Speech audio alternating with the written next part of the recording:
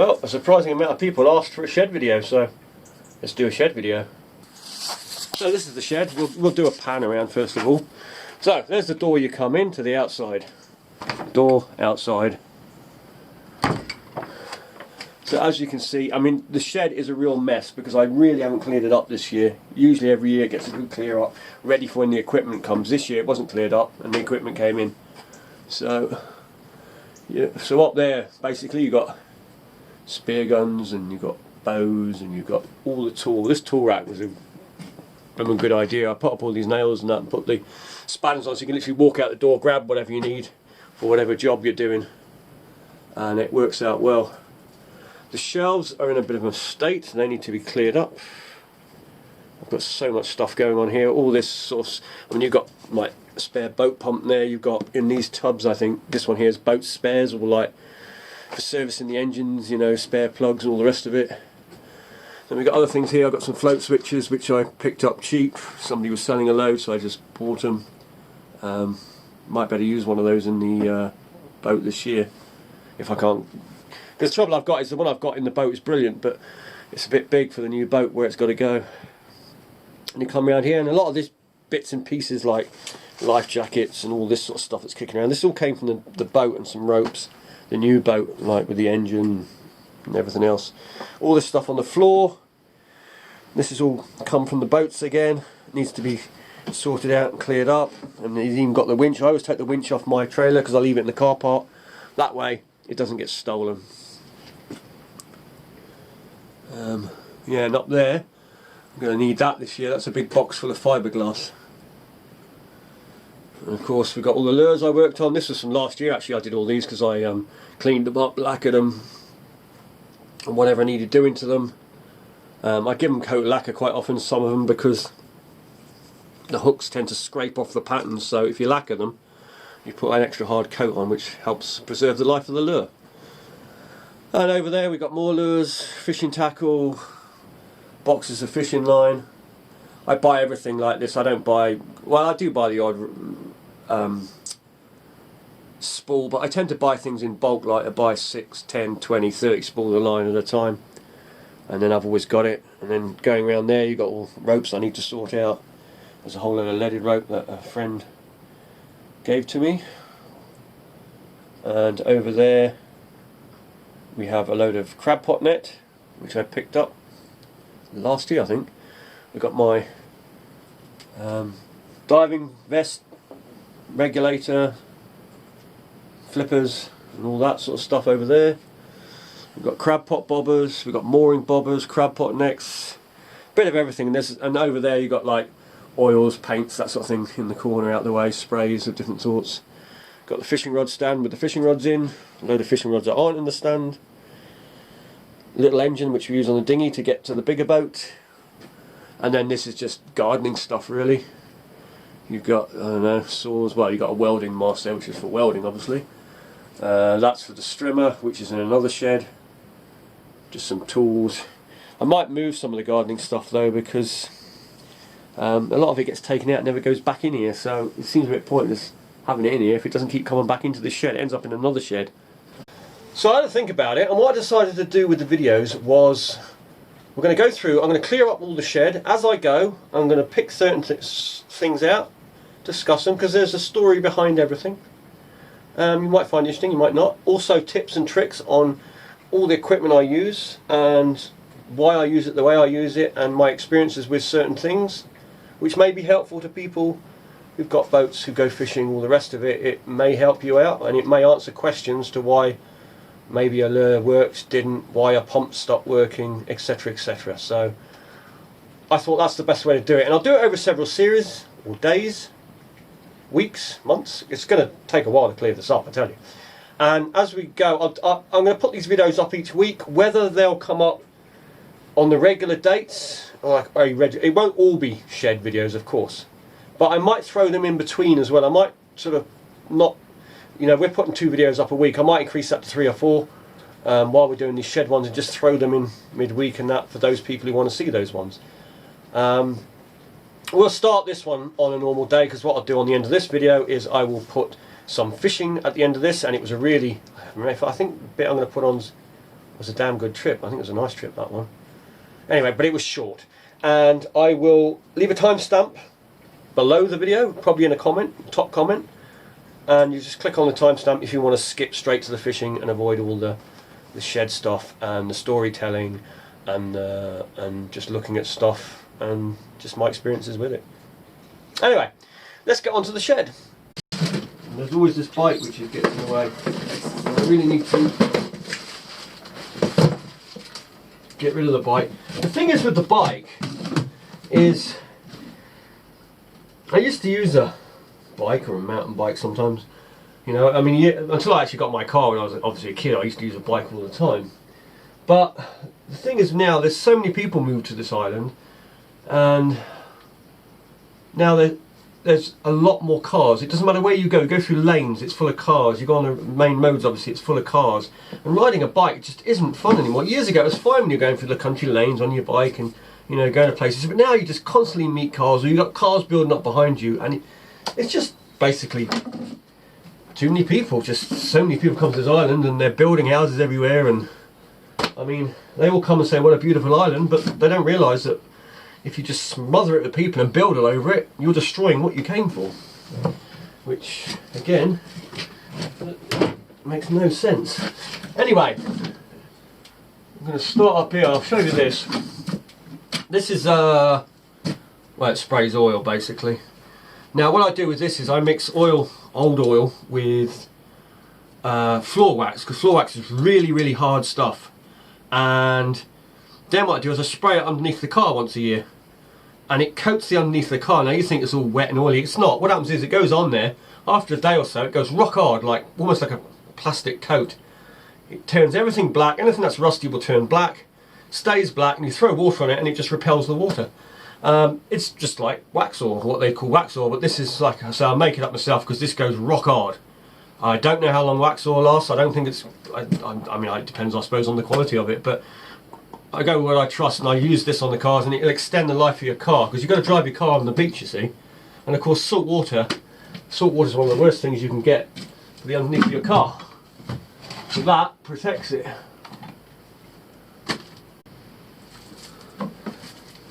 Fire extinguisher, there's one down there, bigger one as well.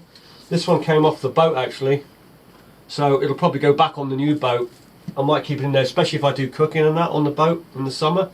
I'll take a fire extinguisher with me, because normally, like I say, I don't normally have fire in the boat as such of any form, and obviously cooking adds an element to that, so I just as well have something for it. This one,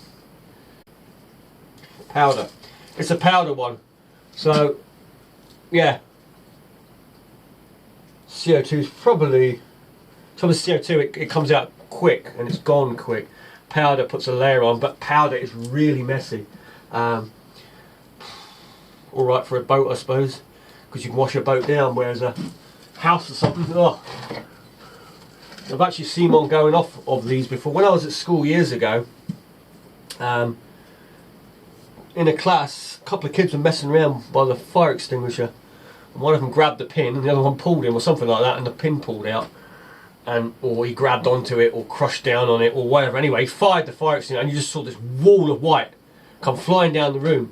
And what was funny is you had all these people running out the door, and me and a friend, we just dived out the window. Don't worry, it was open. But yeah, we both exited through the window. We came out, and all these people came out of the room, and because obviously they're all trying to get through a door, and they were all covered in white powder, and there we were, as clean as a whistle. Yeah, the teachers and the head of that school weren't happy about that, I can tell you that much. Right, fire extinguisher, it's on the brain now, see? This is flares next to the fire extinguisher. I might use this pot. This came with the new boat actually, when the boat came. And on screws like that, it's got these are Payne's Wessex ones. They're a bit different from the other ones I've got. The other ones I got look like, well, there's some of the older ones like this. The other ones are Icaros or something like that. But these seem to be a lot smaller, a lot more compact, so it's quite good. But I might use this tub instead, because this is quite a nice little tub. Now I pull one out, can't get it back in, you see. They're in there tight, that's why. But basically it's got a nice screw lid on it like that. My other tub is, oh, how much this back on a bin like that. This one here, you see they're packed in there. I don't know. We'll use whichever. They're all in date, so these were bought this year. These run out of date next year. But as we all know, or we should know, although they say they're out of date, that's rubbish. As long as your flares are kept dry, and even if they're not kept dry, I'm going to say it right now because I had a friend took a load of flares off me that had been sitting in a boat underwater for about 3 years or something ridiculous. I took them out, threw them in a tub, left them in the shed for a few years and put them outside because he asked about them, and then they sat there for like another year or two outside and there was water in the tub like. Then he took them, and these things were already out of date before they're obviously in the water and stuff. Took them on Guy Fawkes night and he set everyone off and he sent me a photo, and apparently they all fired apart from one where the string was rotten and it broke, and they'd been sitting in water for 3 years, and yet these things will go out of date in about 3 years or 4 years or whatever it is, doing nothing, sitting in a dry condition. So yeah, and I've also fired flares from 1979 and I had one that didn't fire out of, they were the old-fashioned ones with the trigger, but they all fired apart from one. So yeah, that it irritates me that though, because that's one thing that annoys me is flares. When people are like, oh yeah, you don't want to use old flares, oh, you know. It's just like, yeah, you should always have some in date, but the fact of the matter is an old flare has saved many a life. And I don't mean old like, you know, 20, 30 years old, but seriously, the dates they put on these things, as far as I'm concerned, is way too short. The logic, my friends, the logic. So this is just for the blow lamp, because there's blow lamp torches here. This here I haven't been at for years.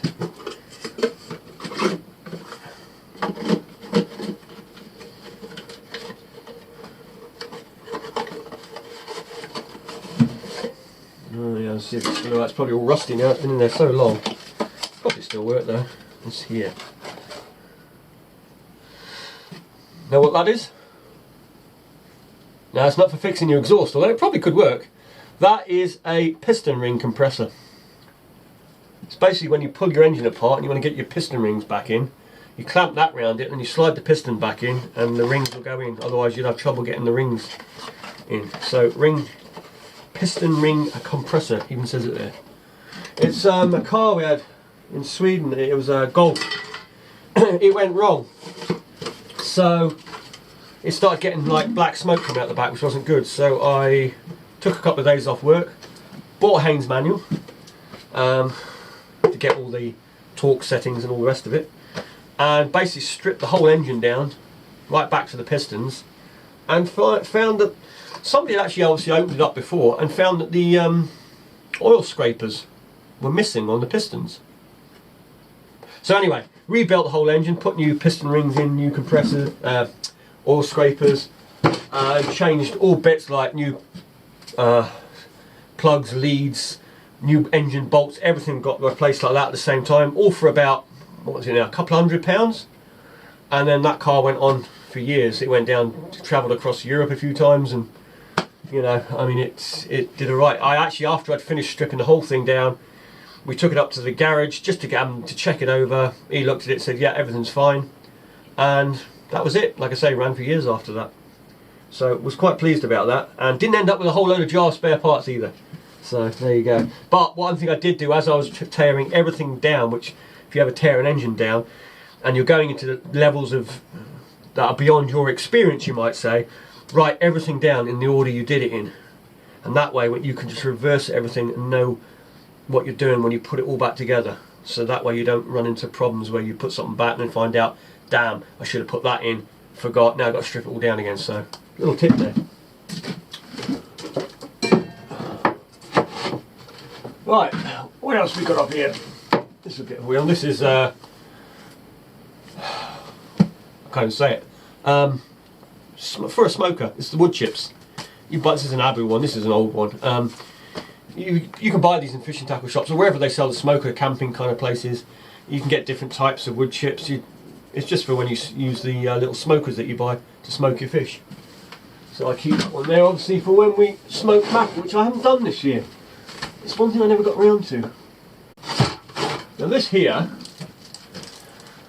is an oil filter off the engine. Now it's an old one, but I sometimes keep just a spare old one. Now I don't keep loads of them, I just keep the odd one here and there, which was on the engine. Now in most cases it's not, I won't keep one that's been on an engine for years and years, or one I took off an engine I bought second hand or something. But one I know that I put on a year before or the year before that, I keep one. It's purely if anything happens with the engine mid-season and it's got anything to do with the oil filter, like water in it or whatever, I can take the oil filter off, flush it out, get another filter on, quick as, without having to worry about going and get one and put it on. Now a filter you should be able to pick up, but I know in the past I had a thrust washer, a washer off a outboard, and I hit a bobber that was submerged and it broke my prop and it blew the thrust washer, and the thrust washer fell off into the water, so I lost the thrust washer. So I ordered a thrust washer, and I'm still waiting for that order to this day, believe it or not. I ordered it, I phoned them up 3-4 weeks later, still hadn't come in. So then I went down to another mechanic, I phoned around the island, and eventually I found a guy who had one. And so I went down, he said it's like off another engine, but it should fit, and it did, it fitted fine. And so I got it replaced, did that, and to this day they've never phoned me back with that thrust washer, and that's one of the main companies on this island, and it's just, and that is why I keep, even though it's been used, it's a second-hand one, as long as I know that it's in good order or has been used with oil for 1 year or whatever, I always keep one, you know. And then say I take one off and I service again this year or next year, then I might keep that other one and throw that one away, and that's the way I do it. And that way you've always got these parts. Plus, if you ever get something like COVID or anything like that that hits and makes it difficult to get hold of things or get anywhere to get anything, I've got spare parts, and that's really important when it comes to boating. Now I don't obviously keep it on the boat, this is purely for kept in the shed for if I need to do an engine. Let me move that light a bit. That light there, that bulb there is actually only to add extra light. Now it's probably quite dark for you where I'm standing, but that's only to add extra light when I'm filming, sort of that way. What we got in here?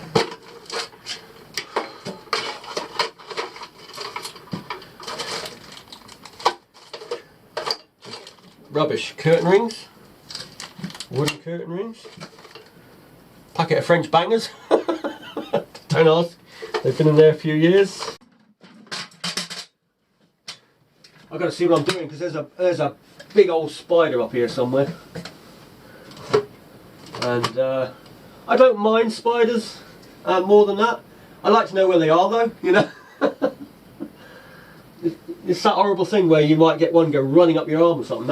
It's just the jumpiness of it. It's more than the actual fearing them in any kind of sense. But I reckon he's behind the radio. Going to find out.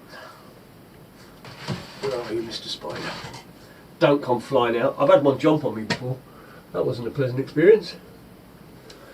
What do I mean by jump on him? Well, he was on the wall, on this wall, and I went to get him to take him outside, and he sprung off the wall and landed straight on my jumper, and he was just sitting there looking at me.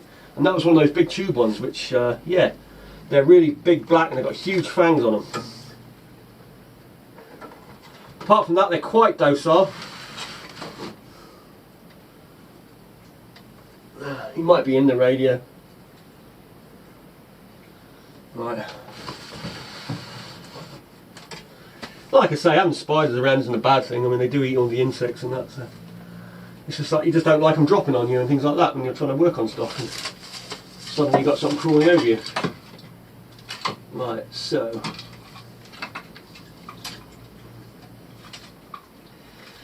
let's have a look at the pumps. Right, so we've got float switches. Have a quick look at these. Now, I don't know if you can see that, but this is the float switches from the side. You know, everybody, you've seen these. If you've got a boat, you've seen these.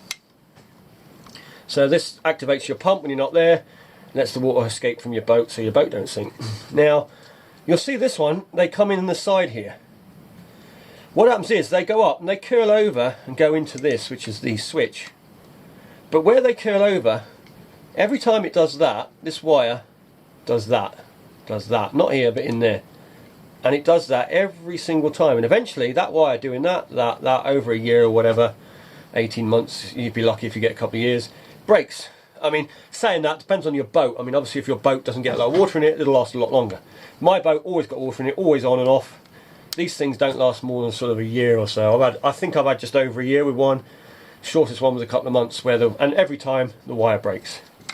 So I'm not a big fan of these, although they do work. And like I say, if you don't get a lot of water in your boat, they'll be fine. And then there's this type. Now this type is much better, not this particular make or anything like that, but you'll notice the wires, they come in on the end. It's the same thing, it's under there, it's a little float switch, it goes up and down, up and down, up and down. But the thing is, because these wires go straight in, they don't bend like that. So they tend to last. I've got one on the boat which has been there 2 years now. Not like this, similar to this, but not this make. So anyway, I've got this one might go in the new boat. So I need something that's narrow, that'll fit near that hole, because I've got to have it low enough where the water is coming up. I don't want it so high up that the boat's full of water. That's the trouble with having a floor, not having it in the not the keel. I can't even think of it. The bottom of the boat, you know, under the boat, you've got a floor there, and you're allowing water to build up on your floor. That's the trouble when they have sealed boats to keep the boat afloat. You're more likely to sink your boat or make it unstable with the water being on the floor. Because boats with sealed hulls or whatever are usually more for bigger boats that have scuppers which let the water run off the deck. Small boats aren't designed for that, so you're making your boat very unstable if the water's at a higher centre point of gravity kind of thing. So anyway, I'm not going to get into that because it gets all not technical, but it's a lot to do with it, you know. Right, we're going to leave this one here today, short and sweet, and we're going to jump straight to the fishing. Okay. One thing I've got to do before we head out is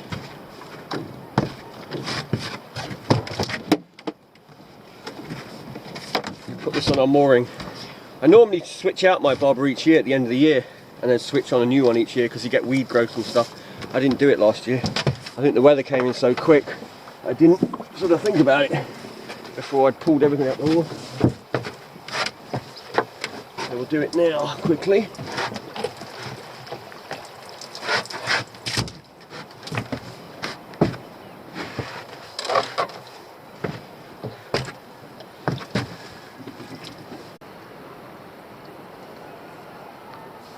Yeah. Do the trick.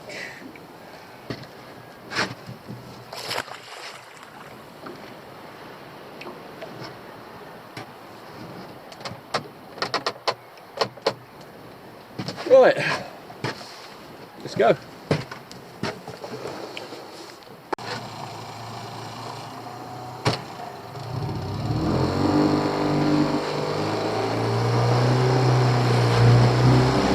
This is what I'll do, the ones shallow as well, over here.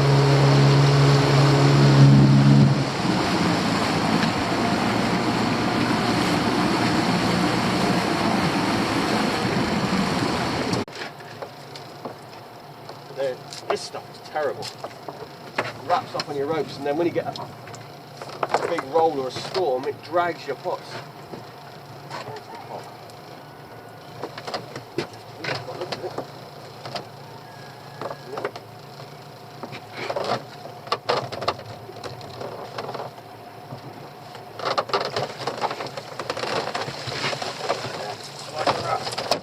So yeah, I think I'll move these out.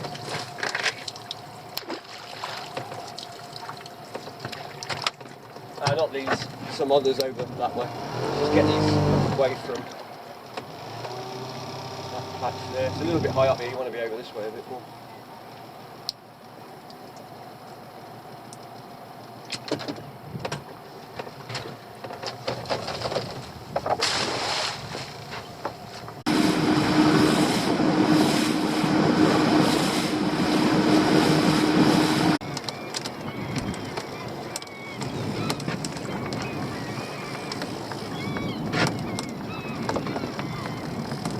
It's been very quiet, I just dropped down. I think it's pollock. Just trying to dive to the bottom. Yeah.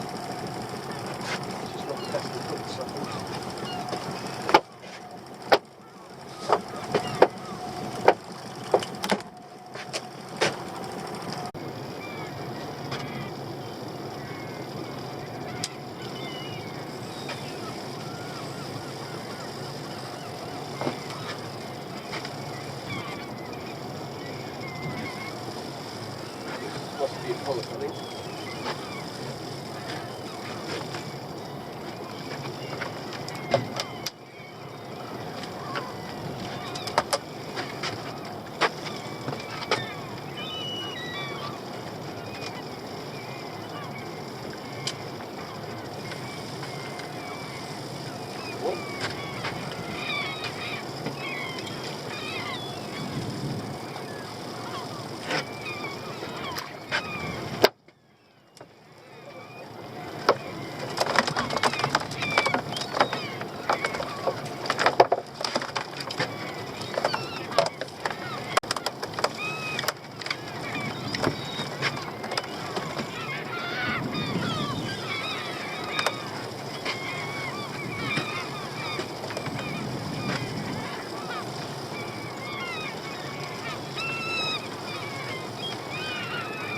Ooh, that's a big one.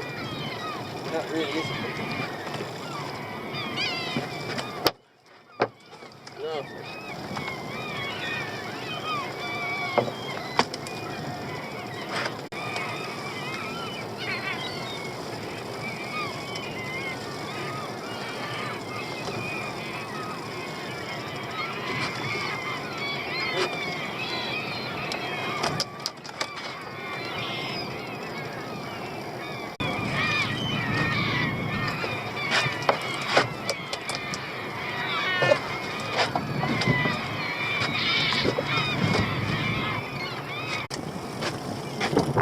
A lovely mackerel.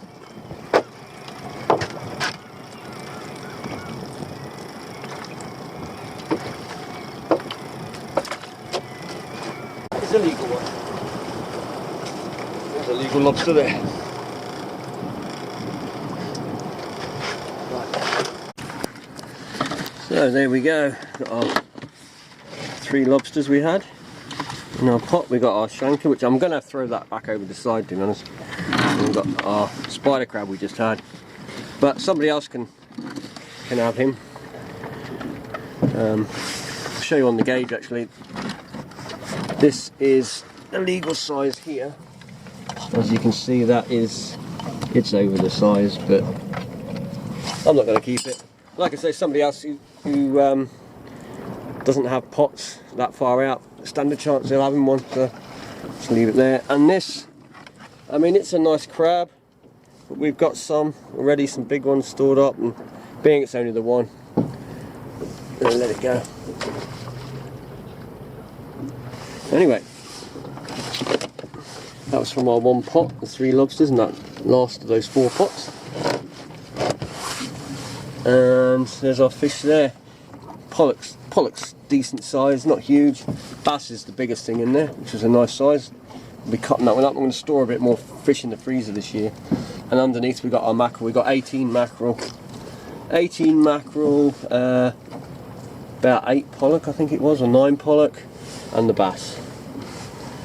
So it's alright. It's a really nice day. And I'm just sort of chilling out here. I was just waiting for the tide to drop a little bit. I can get in now actually. But feeling a bit knackered today, to be honest. It's all these early mornings. Yesterday was a good day. I had on that one, I think it was 80 mackerel. People love their mackerel.